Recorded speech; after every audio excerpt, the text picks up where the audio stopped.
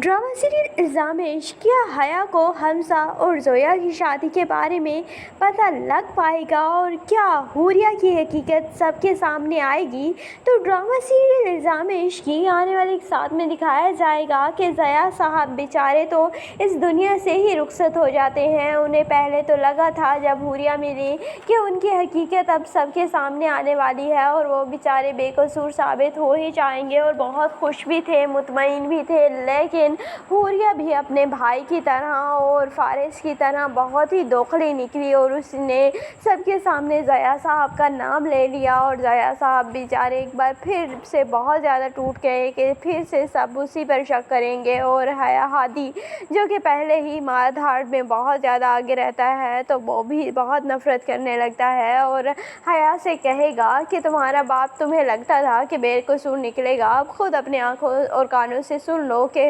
हूरिया भी तुम्हारे बाप का ही नाम ले रही है। और हया जो है वो अपने बाप से अब नफ़रत करने लगी है कि उसने हूरिया के साथ ये सब कुछ किया, लेकिन उसे हकीकत का अंदाज़ा नहीं है, जबकि ज़ोया को सारी हकीकत का अंदाज़ा हो चुका था क्योंकि हमज़ा उसे सब कुछ बताता है और हमज़ा की बात पर वो यकीन कर लेती है। इसीलिए वो अपने बाप के पाँव पड़कर उनसे माफ़ी मांगती है अपने सारे मिसबिहेव पर और उनसे बहुत ज़्यादा माफ़िया मांगती है, उनके गले लगती है और कहती है कि आप प्लीज़ मुझे माफ़ कर दें, मुझसे गलती हो गई, मुझे उस वक्त समझ नहीं आई, मैंने जो कुछ भी किया उसके लिए मुझे माफ़ कर दें। और फिर वो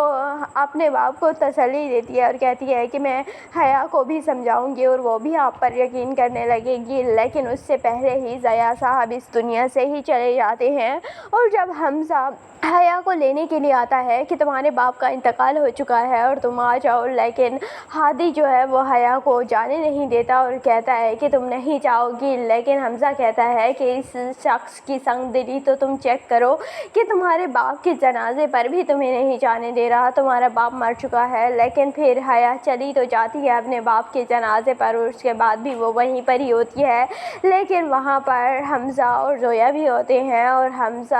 ज़ोया ने हमज़ा को गले लगाया होता है और अपने बाप के मरने का मातम मना रही होती है। लेकिन वहीं पर ही हया आ जाती है और हया पहले तो बहुत ज़्यादा परेशान हो जाएगी कि ये हो क्या रहा है, लेकिन बाद में उसे पता चल ही जाएगा कि हमज़ा और ज़ोया का निकाह हो चुका है और इसीलिए फिर पहले तो वो बहुत ज़्यादा शौक में चली जाएगी। और वैसे भी मुझे नहीं लगता कि अब उसे हमज़ा से शादी का कोई अरमान है, उसे पता है कि उसकी शादी नहीं हो सकती हमज़ा के साथ, क्योंकि वैसे भी जो हूरिया बोल चुकी है अब हादी उसे कैसे छोड़ेगा और क्यों छोड़ेगा। लेकिन अब हकीकत भी बहुत जल्द सामने आ ही जाएगी क्योंकि हूरिया प्रेग्नेंट है और हूरिया कितने ही दिन झूठ बोल सकती है, कितने ही दिन इल्ज़ाम लगा सकती है ज़या साहब पर, कभी ना कभी तो हकीकत खुलेगी। और जिस दिन हकीकत खुलेगी फिर हादी का जो गिल्ट होगा वो उसे जीने नहीं दे, लेकिन उसी दिन ही हया वहाँ से चली जाएगी और कहेगी कि तुमने मेरे साथ जो कुछ किया,